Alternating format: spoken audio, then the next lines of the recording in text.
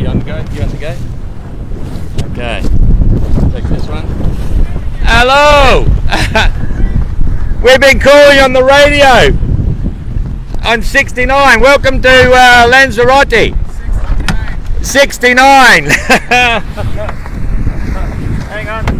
Okay, so that's the buoy down here. We've just see the buoy over there.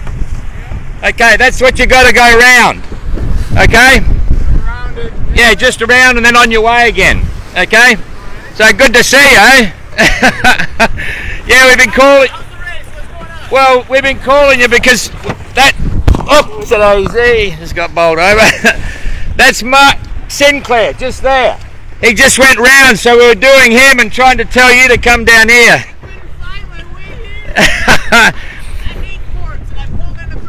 Yeah, that's cool. Well, you're here now, so that's the main thing. So, oh, we'll get the films in a minute. Once you go round, just head downwind. Okay, so we're on to him now. That's all good. And hopefully you're receiving all this. So how do you feel? Great. Yeah. I haven't cashed into the reserves yet. Perfect. Okay, boat looks good. Marathon. Yeah, fantastic. I'm just going to go on to mute here, Jane. I have to pass a private message to him. Can you hit me? Just stop filming that one. I'm just going to mute this for a minute. I should not. Can you mute that? That mute. Uh-oh.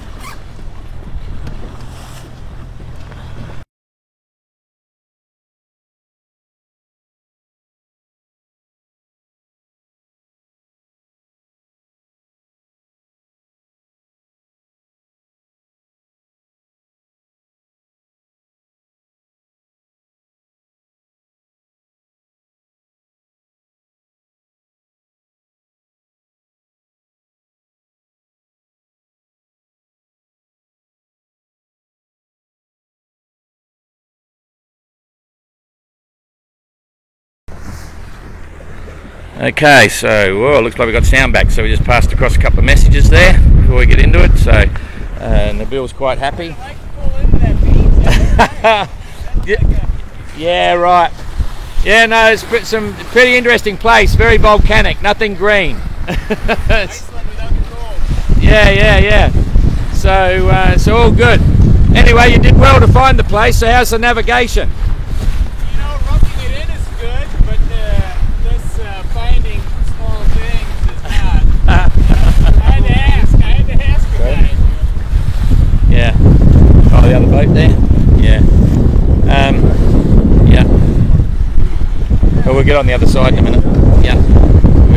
That's good. I have cards in the cameras, but I only have like 6 more cards, so maybe I should wait till they're full before I hand them off. Or do you want them and you have some extra empties? Just give us what you got now that exposed. That's fine. You know, yeah. Also, all of this can go to Gina. Yeah. So she gets it all, she can distribute it. Yep, no problem. So that's cool. So there's the buoy over there, and that's Mark on the horizon. Okay? Well, I was ahead of him, and then I watched, but you know, I was looking for the red sail. I'm like, that's not him. Yeah. Red, Yeah, that's cool. Oh, good. well, to lose anybody, I don't mind that. You know, he's a stand-up guy. Yeah, exactly. That's good. So you're feeling good? You're feeling strong? Feeling very good. You know, I got a lot of friends and family and a lot of people pushing me along. And they wrote me so many letters that whenever I do get a little dreary, I go back to them and you can reread them over and over again. It never gets old. Oh, you've only got another 7 or 8 months to go, so I'm sure they'll come in handy. Got some more. So you sorted out the wind vanes problem? Yeah, mostly, you know, it works pretty well. I feel like a complainer because it works well dead downwind. Yeah, that's okay. Well, it takes a while to settle in, eh? Yeah. There's so many adjustments. You got to get bored and wiggle all the wires. Yeah, that's true. So the boat's good, no major problems? Yeah, the boat's pretty good. The fills pump, Oh, yeah. It fills probably 3 times a day. Yeah. As long as it doesn't get much worse,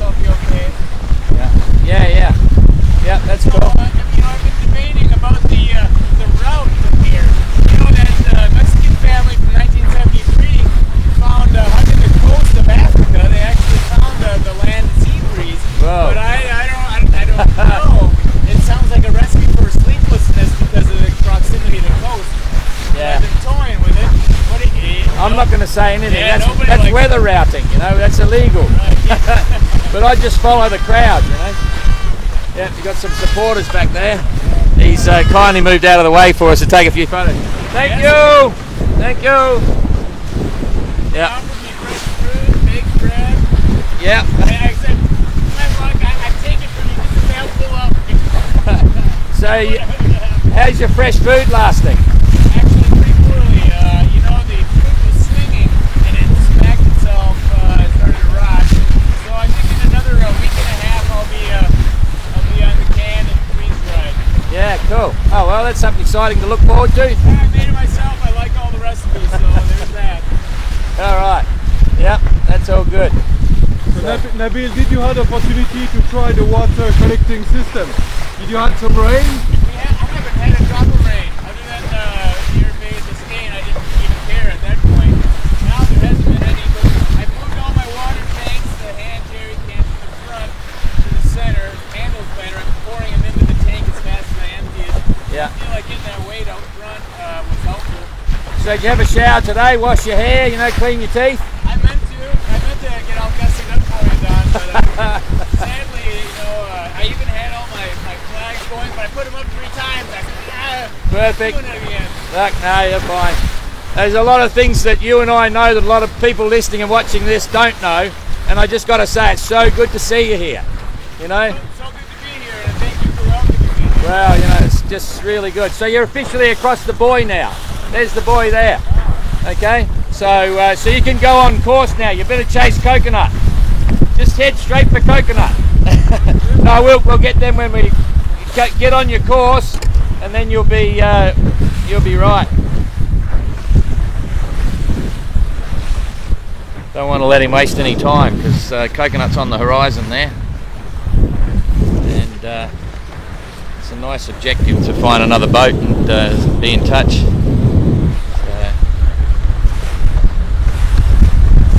It's a Biscay 36, yeah, it was all a big job, you know. Nabil's a retired banker now, investment banker from America, flying the Palestinian flag and representing the Palestinian people. And he gave up his job, bought the boat, got it refitted in England, cost a huge amount of money to get the refit done over a year or so, and didn't join the boat until towards the very end. And then there was a mad rush on to get all the sea trials done. He had engine problems, he had few different issues there, and then he had to do more sailing as well as meet all the requirements for safety inspections, and he only just made it in time. Literally finished his final bits and pieces days before the start, so it was an epic journey and a real challenge. Fortunately he had a lot of friends helping him, especially towards the end. A few managers, you know, they're probably listening and watching all this right now, so Sandy, well done. Good job. Gina, well done. Good job. I think even the managers and friends were sometimes wondering what the outcome might be, but there you go. Nabil's arrived in the Canaries at Lanzarote after nearly 2 weeks, and looks pretty comfortable and relaxed to me. He's settled into the boat. He's got a good boat. There's no reason why he's not going to have some real fun and adventures in the Southern Ocean over the next 8-9 months. You know, one of the characters of the race. No, you got seriously, you got to wind it up. Yeah, you got to wind that one up now. Yeah, you're not allowed to have a head sail for 20 minutes. We sort of laugh at these situations, you know, they're all colourful characters from different backgrounds and not sort of racing or rule background, but there are set rules that we got to work to keep it constant for all of the that's it, perfect. No, you're set to go on course. You got 20 minutes on low sails, then we can talk to you see, you know. So what do you want to say to Sandy? Oh, Sandy, thank you for all the help. You were instrumental in making this happen and come together. Thank you so much for that. And you know, I'm trying to do all the people that helped do them proud. Yeah, I probably shouldn't have singled out Sandy, but just that Sandy and I had a big relationship, you know. Gina was there from the beginning, 3 years of working on this, and she still stuck it out with me. I mean, that's a miracle in itself. And still supportive. Wrote me little letters all around the boat, you know, that I find. That's been fantastic. Well, I think you should know you really look like a global solo sailor now. Well, you know, I got the help of the Tamberleys. Yep, fantastic. Yeah, there's a lot of people involved, eh? There has been, and you know, without any where that happens. So it really takes a village to raise the barn. And, you know, so as the only solo part is me sitting here on the bed being bored sometimes or scared. So oh well. That's it. So dry down below. Your bunk's still dry. Dry. I keep a dry bunk. It's been good. It's comfortable. The toilet works. The stove has been great. I put pump on the sink. You know, I mean, it's a cruiser. Yeah. I didn't change anything, and it's comfortable. Hopefully that doesn't bite me later on. No, you'll be cool. So, so what are you missing the most? You know, there's been some great successes, so I would have liked some company to share that with. It would be nice, you know, but instead I try to tell it to the tapes, and you know, they'll get the message that way. I meant to do more writing, but I'll be honest with you, sitting there, it can be atrocious, so using the tape recording a lot. Hey, yeah, better give us your films and tapes. Give us your films and tapes now if you got them. Yep.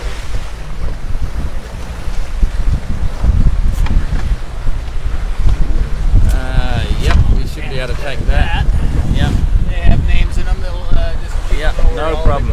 Okay, well, we give you a big bear hug and a shake of the hand, but we can't. We're not allowed to. That was a fresh rotten bread. I'd settle for that. No, we can't do that. No, the food situation has been good. You know, my water collection device is not big enough, so I'll have to get crafty, because if I go to the freeze-dried food this early, it's going to really eat into the water, and that I've been conscious of. Yeah, I'm going to swap cameras over here. Let me take that one, Jim. That's cool. Yeah, perfect. So that's good. Yeah, it's been a smashing good time. You know, the celestial navigation. Sometimes my morning or afternoon sights mess with me, but noon always gives me the goods. It's the you know, like I gave this island a wide berth on my way in, just because I wanted to be sure what side I was on. So I made sure I was all the way over. But of course, there's a lot of wasted miles when you're doing stuff that way. Yeah. Better safe than sorry. You know, you don't get to make mistakes out here very, very many times. So that's cool. Well, the noon sight's good. It'll give you a little latitude. You count it down, and when you're in the southern ocean, you can get your longitude. But noon sight's good, and you'll want that.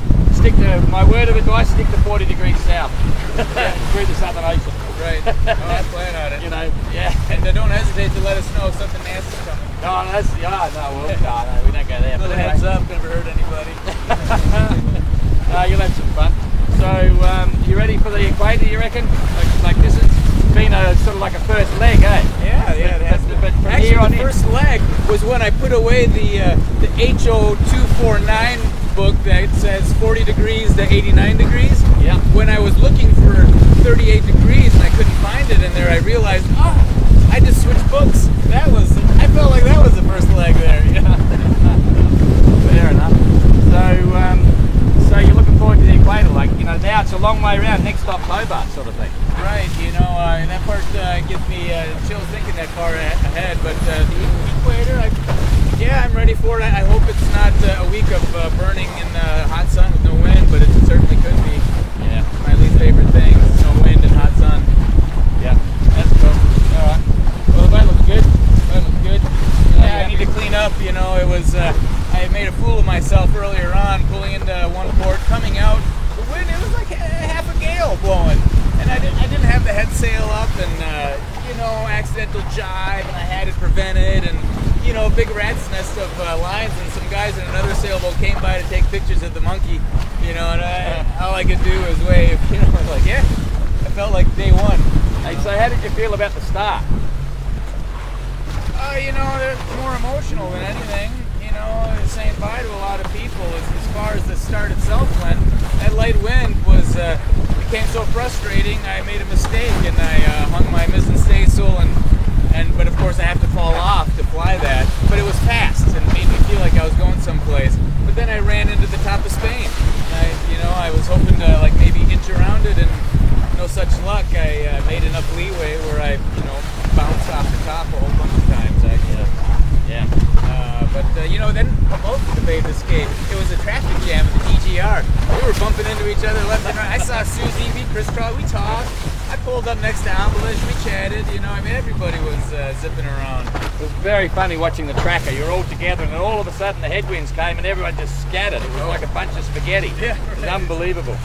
You got a lot of people following your text messages, so don't worry about sending your code by the text messages, right? So every time you send a text message, we need one a day, and people are reading them. They want to know what you're up to, so try for words. All right, I will. There's a lot of people. You can describe in Palestinian.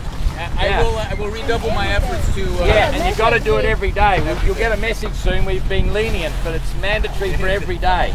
So and the phone calls are great. You know, we go straight on SoundCloud. No, it's because you're ringing the wrong phone at the wrong time. You got to set time. You got to make the time. Otherwise, you're out of set. I did touch David yesterday. Yeah, no, it was a good call. It went online straight away, and everyone's listening to it. So so keep up with that. I asked him are the Canaries high? He's like, you might want to refer to your chart. Yeah, that's right. We've got to be careful Just what we say. one little nugget. Just give me a nugget. Yeah. But anyway, that's good. So just remember that text message every day. Think of the people that are reading it, and your phone calls are great. You know, but try and remember the time and the phone number. Right. It's 10 o'clock UTC, and it's on Friday, is it? I haven't got the list in front of me. I've got too many people in my brain. So well, when you get a chance, don't hesitate to send me a message. It's sailing instructions. Excellent. Yeah, I know. They're somewhere. Yeah, exactly. Here. Yeah. You might find Mark on 69 when we go. He might still be there. He'd be happy to chat. Heck yeah, well, we've been chatting the whole way. Yeah. I've known he was close. Tell me the rankings again. Oh, okay. So Philippe Pesce came past and didn't identify the lighthouse, so went to the next island, had to beat all the way back. Lost about 4 hours. Then there was Mark Slats. He came through. We didn't get him on the radio either. He turned up before he even got there. But anyway, then John Luke about 3 hours later. Okay. Then it was Ari. He came in about 8 hours later. Are you saying Tapio's first? No, that was Philippe Pesce was first. Yeah. Then after that it was Susie. Susie came in about a day, or not quite a day after the leaders. I made sure to tell her when we passed. I said, just so you know, right now, I was ahead of you. Yeah. And then miles and miles ago.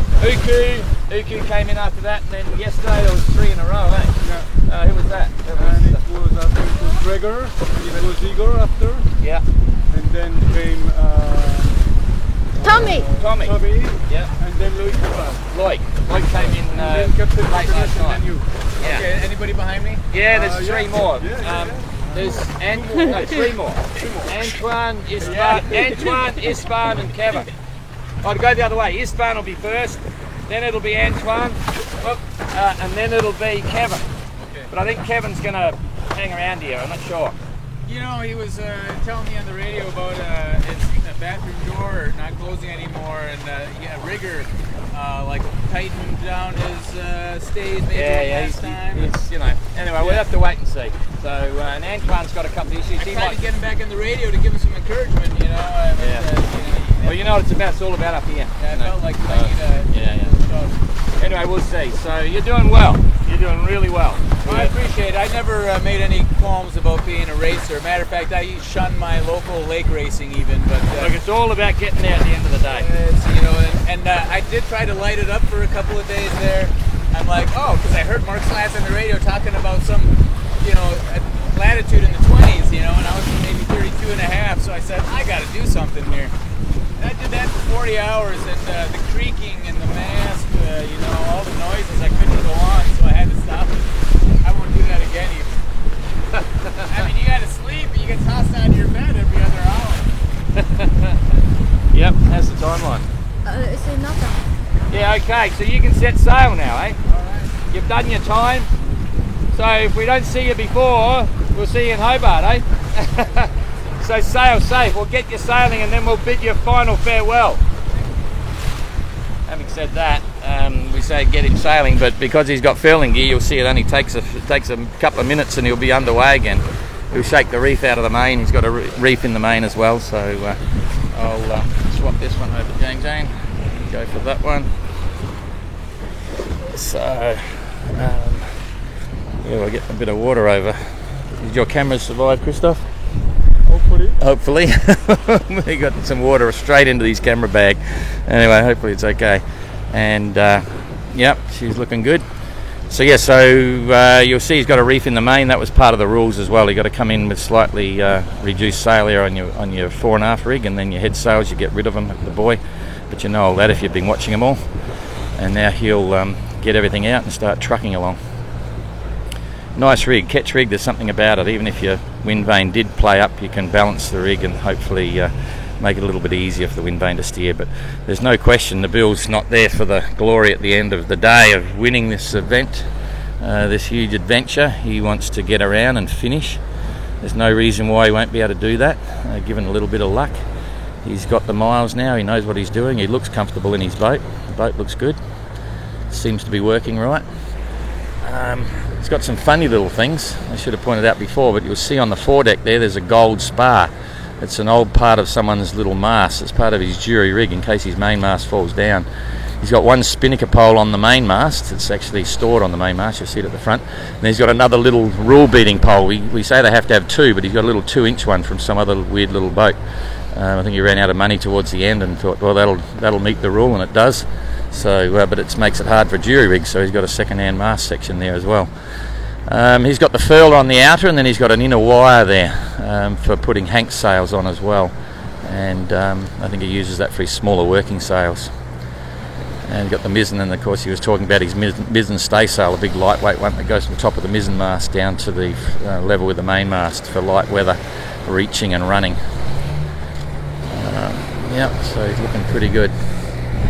Starting to get a move on now, moving about 5.5 knots I suppose. And all very happy. So Liberty 2, named after a boat that his father was an officer on board. There we go. Wow. Okay, stay good, eh? See you later, sail safe. Nice images there. Whoops, we've got a crooked horizon. Straight from that. Yeah. The other way. Wow. Whoops, daisy. So there goes Nabil on his dream. This has been a long time coming, and you know, as I was saying before, I'm personally very happy to see Nabil out here. There were some moments there where we all wondered whether he would actually make it for lots of different reasons, but he has. He looks good, and he's got a huge challenge in front of him now. The story and the scope of the challenges are going to change. Just from here to the equator is one group of challenges: lack of wind, heat, changing wind directions, all that. Then after that it's down into the Southern Ocean, and no need to tell you about what can go on down there, especially at the end of winter.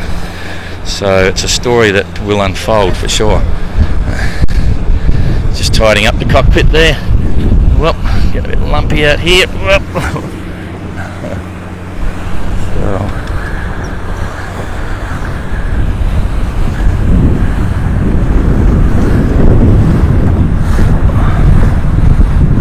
Yep, looking good. Okay, see you later. Sail safe. Okay. Oops, daisy. Oops, sorry, mate. Yep. Okay, so that's easy. Rightio. So there's well, I can see coconut on the horizon there. I don't know whether you can see it. He's just get my finger across. Coconut's just there on the horizon under my finger. Probably about 3 miles, 2.5 miles or so in front of Nabil. So he'll probably be trying to chase him down, and nice to know he's there. They'll chat on the radio and enjoy their trip down the coast. So the next lot is tomorrow morning. We think about 8 o'clock. We will possibly see Istvan. So if you're an Istvan fan or a GGR fan, we'll see you live again tomorrow. Thanks for that, and we'll call it quits for now. Thanks Lionel. Oh, good job. Thanks Ada. Oh, good job. Thanks Jane. Oh, good job. And Christoph is just checking out his camera gear down here. It took a wave straight into the bag. All good? Fantastic. All right, we're a bit worried about that. So see you later, everybody.